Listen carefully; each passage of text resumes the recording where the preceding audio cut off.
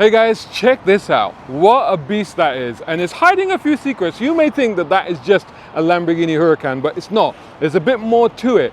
I was told the other day that this was making an exclusive appearance here at the Ace Cafe. So I've come down here to find out a little bit more about it. Let's go meet the people behind it and find out what exactly this is. A brown car guy.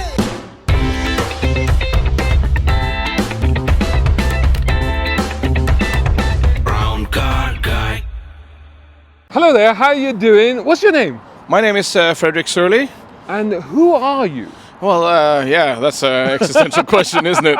I'm the development driver for this vehicle that you just introduced. It's Lamborghini. You're a development driver? Yeah, development driver, racing driver. So what is a really? So what have you raced then?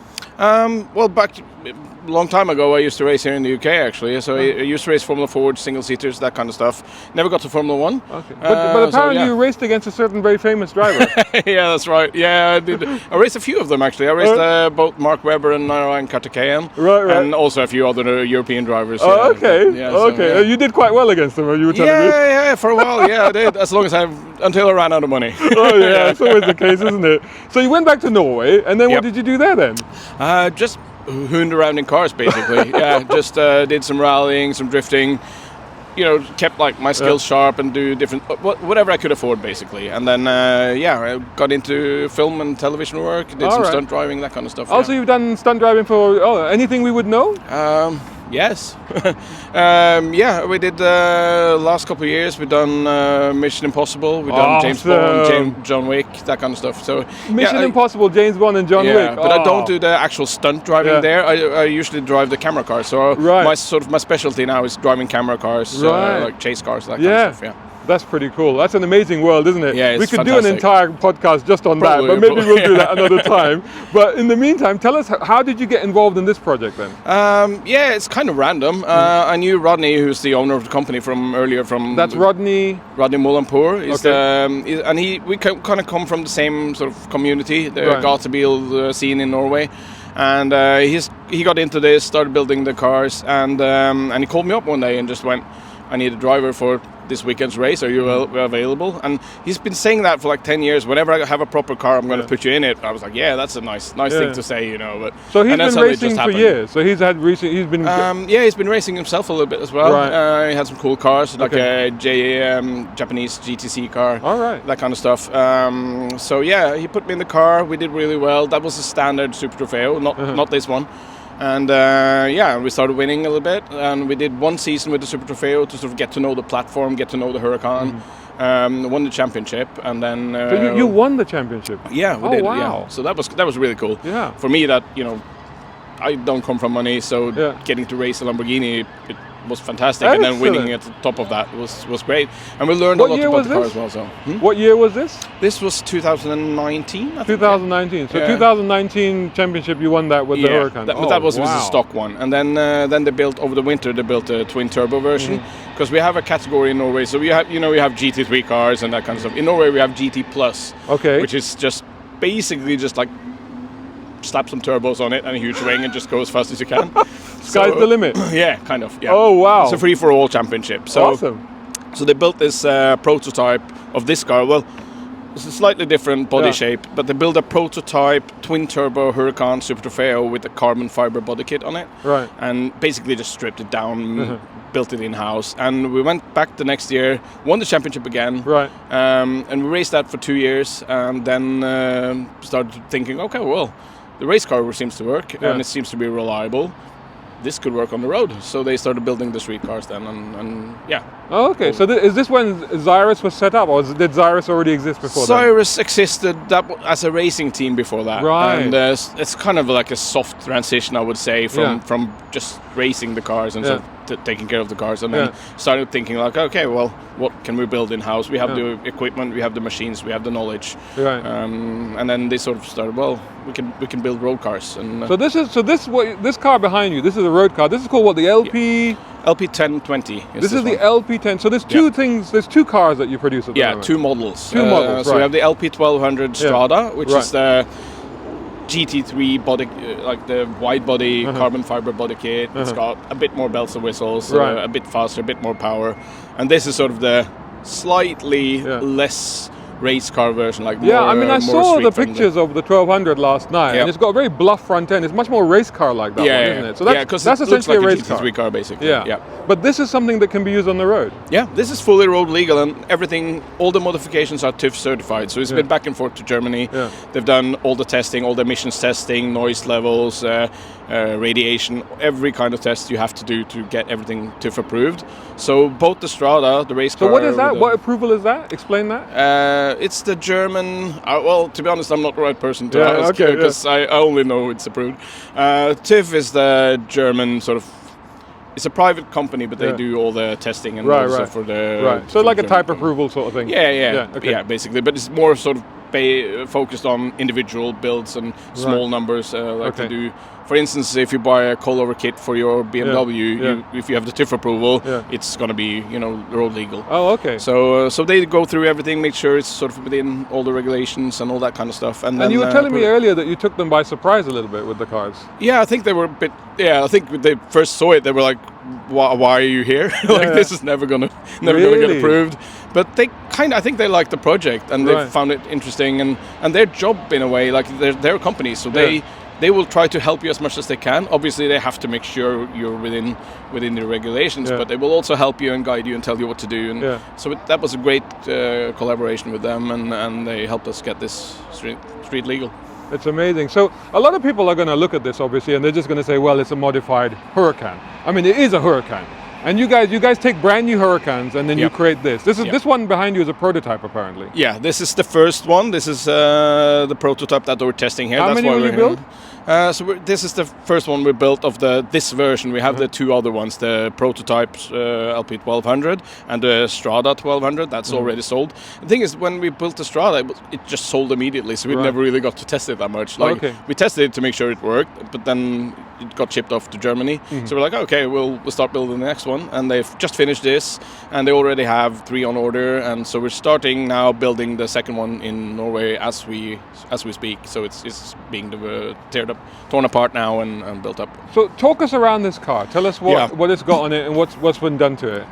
Yeah, so visually, you can see these black bits. Basically, we got some vents for the aero. We got some extra cooling vents. We got these big scoops on the rear that sort of gets cold air to the air filters and turbos.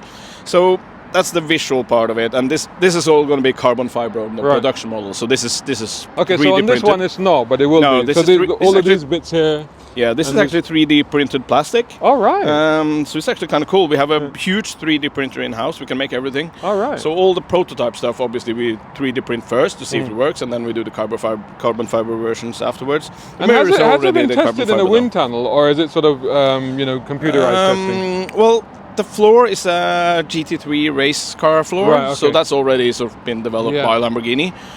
So we try to stay sort of as close to the original on that.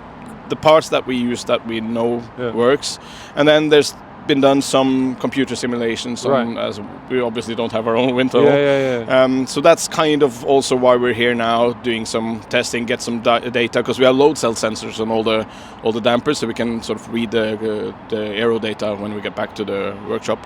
So that's been done. We have custom wheels, obviously. The suspension is stock. It's got the stock arms, the stock bushings, that kind of stuff. We might upgrade the bushings for the production model. We need to see how well these hold up. But this car from factory is a race car. Like it's so good. So it's the best platform you can imagine. And obviously the seatbelt, the harness bar with a little roll, like it's not really a roll cage, but it's like a loop. We got a huge carbon fiber rear wing.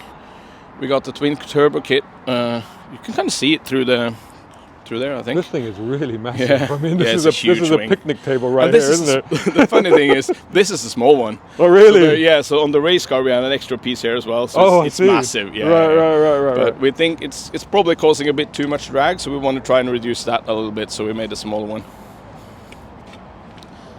So that's a heck of a diffuser as well. Yeah, exactly. That's also from the GT3 race car. Right. Yeah. So a lot of parts, like we do some parts that we develop and build for sort of ourselves, but when there are good parts available, no point in going through. And the so what hassle of else has trying been to done to the improve engine it. then? What else has been done to the engine? It's well, once again, not the most technical person. I drive the thing, but it's been the engine itself is stock. Like we haven't not touched the internals, so it's only bolt-on parts, kind of. So we have the twin turbo kit, we have the intercoolers, just your normal tuning package. But the main difference between this and any other twin turbo Lamborghinis is the emissions. We have the full Euro 6 approval, so it's all that kind of stuff. So most of the work is probably in the programming. And endurance, I guess, because the amount of testing that you're putting on it. I mean, unlike other modified cars, I mean, does this come with a warranty? Yeah, this is come with. I can't remember how long the warranty is. So I'm not going to say that, but it does come with a warranty, and that warranty is also valid for track use. Right. So you can basically just take it to the track every single day, drive it as hard as you want, and the warranty is still valid. So it's and we did with the test the previous prototype, we did 18,000 kilometers of testing on track in race. 18,000 on track. Yeah. Well, that must have been a fun few days. Yeah, it's been good. So and that's why we went racing with it, because we figured, well, what better way to test the reliability to just go racing and not really not do the service intervals that you do on a race car, because that wouldn't make sense. Because then if you replace everything every weekend, then it's going to be fine. But how long will it actually last if you don't do that? And it's amazing. It's so the Strada's got 1,200 horsepower. This has got what? 1,000. Well, it's supposed to have 1,020, but I don't think we got it that low, so it was 1,090. Oh, right. Okay. It's a bit over, It's a little bit over. So, and what are the performance stats for this then? I don't know, to be honest. We haven't really done any acceleration like 0 to 60 or anything like that. But what do you reckon? But very, very, very fast. As fast as the grip will allow. Like it's all to put it into perspective, we're at Donington now this weekend. In the wet, it will break loose in fifth. Wow. Down the straight, it would just go. If you floor it in fifth, you just go. Wow. So it's ridiculous. And you have driven this around Nürburgring? Yeah, not this actual car. That was the race prototype. But very similar setup. Same suspension, same brakes, same turbo kit, same everything. A little bit more different aero. But so and what was the time that you did on that one?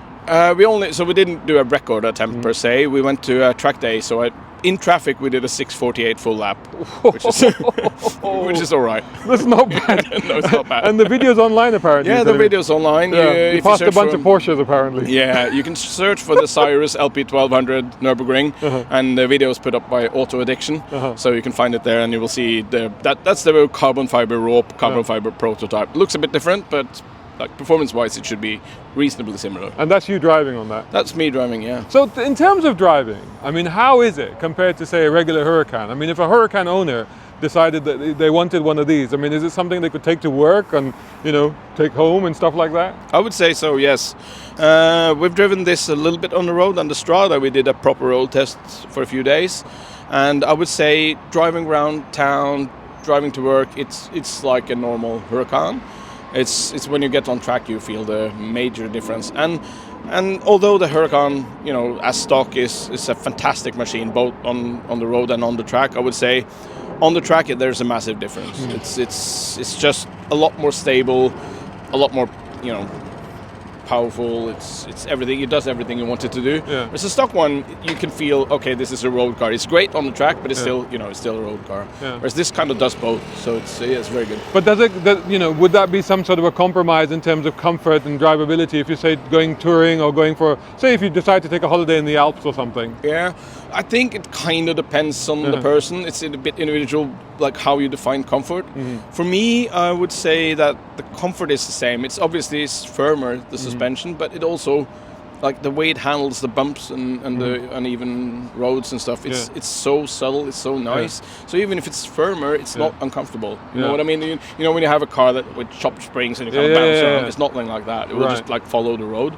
So I would say I would happily drive this all over the world, no problem. Really? Yeah, absolutely. So talking all over the world, I mean, it is available all over the world, isn't it? Yeah. And you've got 3 customers apparently so far. Yeah. So I'm not quite sure which countries it's going to go to. I think there are a couple of German customers. Yeah. But you have tested it around the world. I mean, you said you had it in UAE as well. Absolutely, yeah. We did the prototype was in Dubai and Abu Dhabi, testing on the circuit stand there, and so we're there for a month, I think. And then it's been to Nürburgring, as we said. It's been to Spa, and now we're in the UK, and we can ship it anywhere. We can if you're in Australia, and we will source a car in Australia, brand new one, bring it to Norway, build a Stimolante, and send it back to you. Okay. Why is it important to source the car from there, from where the client is? It's easier paperwork-wise. Right. So depends on the country, obviously. Like some countries, it doesn't really matter that much. But if you source the car from the country it's going to be registered in, you already have all the paperwork and you have all the tax documents and all that kind of stuff. So just it's easier than exporting it from Norway And how much are they?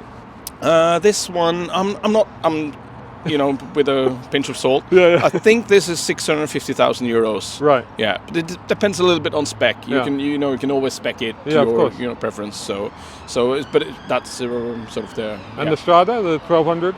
It's probably closer to $1 million. Right. Yeah. And you're wearing it on your jacket. You've got Lamborghini and Zyrus. So does Lamborghini know about your project? And as far as I know. I mean, I haven't spoken to them personally, but they are informed. They have all the pictures and all the documents and everything. We haven't really spoken to them that much, but they don't. So far it seems good. Like they seem happy about it. Yeah. Yeah, that's amazing. Yep. So you're here in the UK. How long is the car going to be here? It's going to be here for another 5 days. I think it is. It's probably leaving on Sunday. And what's the plan? Where can people see it? I will try and put this video up fairly soon. So where could people go and see if they wanted to? So tomorrow, which is Wednesday 22nd, we're going to be at Brands Hatch. Right. Do a track day there. And then we have 2 days where we're going to do some promotional work and that kind of stuff. And then we go to Silverstone on Saturday. Right. That's like our final big day. So I guess Silverstone is probably the best place to see it. Awesome. Fred, thank you so much for taking the time to bring the car here and for talking to me and telling us all about this amazing beast. It was my pleasure. Brown car guy.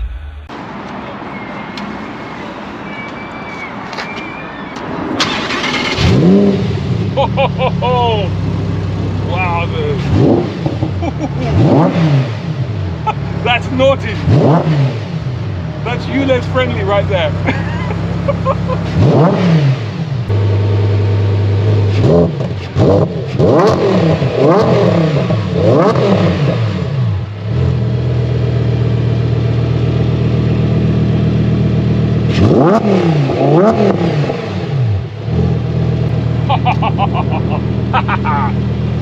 Next thing, if you guys leave me enough comments, they might even let me drive it.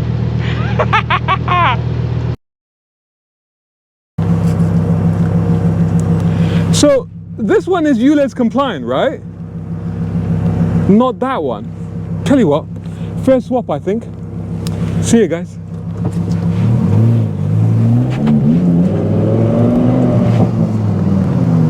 Brown car guy.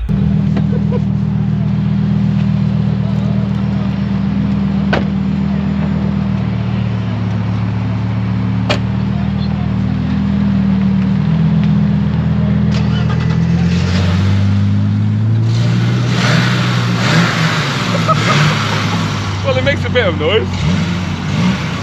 Straight six, can't beat it, come on.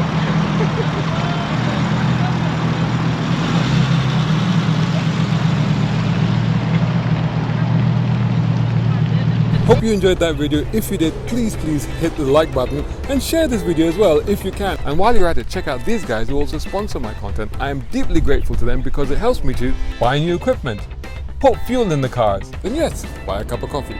You can do the same. Just go here or right here on YouTube. Just hit these 3 little dots down here and click on thanks. Make sure you're signed in first. My content is free, but this is how you can help me keep it that way. I may even send you a gift. Oh, by the way, watch this next.